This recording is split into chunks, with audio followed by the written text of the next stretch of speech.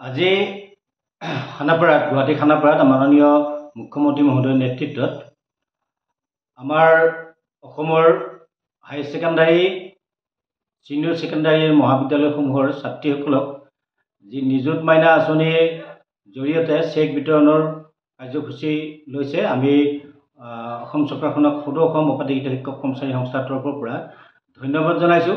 কিন্তু সমান্তৰালভাৱে আমি সংস্থাৰ তৰফৰ পৰা প্ৰতিক্ৰিয়া প্ৰকাশ কৰিছোঁ, দুখ প্ৰকাশ কৰিছোঁ যে আমাৰ ভেঞ্চাৰ শিক্ষানুষ্ঠানৰ প্ৰায় 177খন হাই ছেকেণ্ডাৰী আৰু ছিনিয়ৰ ছেকেণ্ডাৰী, ইফালে প্ৰায় 60খন স্নাতক মহাবিদ্যালয়ৰ ছাত্ৰীসকলক এই আঁচনিৰ পৰা বঞ্চিত কৰা হৈছে। আৰু বৰ্তমানৰ যিখন তালিকা, যি তালিকাৰ জৰিয়তে মানে ছাত্ৰীসকলক নিযুত মাইনাৰ চেক বিতৰণৰ কাৰ্যসূচী আজি শুভাৰম্ভণি হৈছে, এই তালিকাত আমাৰ ভেঞ্চাৰ শিক্ষানুষ্ঠান এখনো অন্তৰ্ভুক্ত কৰা নাই। আমি বেয়া পোৱা নাই যে অসমৰ চৰকাৰী শিক্ষানুষ্ঠানত অধ্যয়নৰত ছাত্ৰীসকলক এই আঁচনিটো দিয়াৰ কাৰণে আমি ধন্যবাদ জনাইছোঁ চৰকাৰখনক। আমি সমান্তৰালভাৱে এটা দাবী জনাইছোঁ যে আমাৰ এই ভেঞ্চাৰ শিক্ষানুষ্ঠানত অধ্যয়নৰত ছাত্ৰীসকলক কিয় ষড়যন্ত্ৰমূলকভাৱে বঞ্চিত কৰা হৈছে, এই ছাত্ৰীসকলৰ লগত কিয় ৰাজনীতিকৰণ কৰা হৈছে। আমাৰ এই ছাত্ৰীসকলক, আমাৰ শিক্ষানুষ্ঠানবিলাক ভেঞ্চাৰ, আমাৰ শিক্ষকসকল আমি ভেঞ্চাৰ হৈ আছোঁ। আমি বিনা বেতনে সুদীৰ্ঘ 20 বছৰ 30 বছৰ বিনা বেতনে শিক্ষকতা কৰি আছোঁ, আমি একো পোৱা নাই।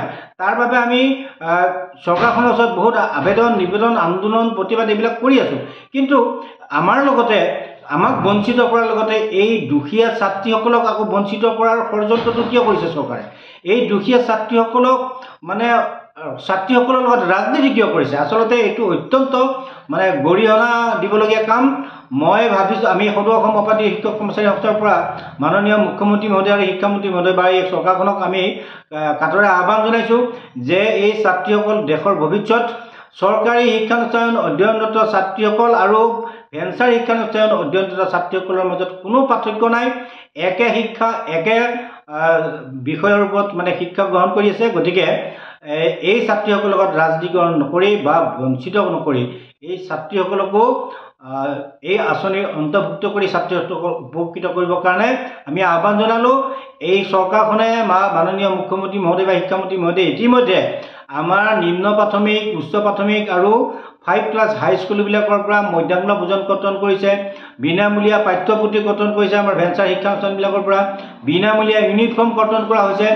আমাৰ এই শিক্ষানুষ্ঠানবিলাকৰ লগত আচলতে চৰকাৰখনে কৰিব খুজিছে কি, এফালে আমাৰ লগত আলোচনা প্ৰাদেশিকৰণ কৰিম বুলি কৈছে, আনফালে আমাৰ ওপৰত এনেকুৱা কিছুমান মানে বঞ্চিত কৰাৰ ৰাজনীতি কৰিছে। আমি অত্যন্ত দুখ প্ৰকাশ কৰিছোঁ আৰু চৰকাৰখনক আকৌ আহ্বান জনাইছোঁ যে আমাক প্ৰাদেশিকৰণ কৰিবইতো লাগিব, সমান্তৰালভাৱে কিন্তু এই অধ্যয়নৰত আমাৰ ভেঞ্চাৰ শিক্ষানুষ্ঠানত অধ্যয়নৰত ছাত্ৰ ছাত্ৰীসকলৰ লগত যাতে বৈষম্য নকৰে বা বঞ্চিত নকৰে বা এই ছাত্ৰীসকলৰ লগত ৰাজনীতি নকৰিবৰ কাৰণে আমি আহ্বান জনালোঁ। নহ'লে অনাগত দিনত আমি এই 60খন কলেজৰ ছাত্ৰী আৰু ছাত্ৰ ছাত্ৰীসকল আৰু এই 177খন হাই ছেকেণ্ডাৰী বা ছিনিয়ৰ ছেকেণ্ডাৰী ছাত্ৰ ছাত্ৰীৰ লগত লৈ আমি এক বৃহৎ প্ৰতিবাদী কাৰ্যসূচী গ্ৰহণ কৰিবলৈ বাধ্য হ'ম। যিকোনো খবৰৰ বাবে যোগাযোগ কৰক 7099017330 অথবা 7099017330